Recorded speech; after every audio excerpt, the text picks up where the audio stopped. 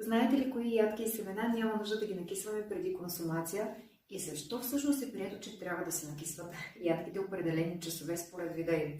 В днешното видео отговаряме на тези два въпроса. Ядките съдържат фитинова киселина и ензимни инхибитори, което ги прави много трудни за усвояване от нашия организъм.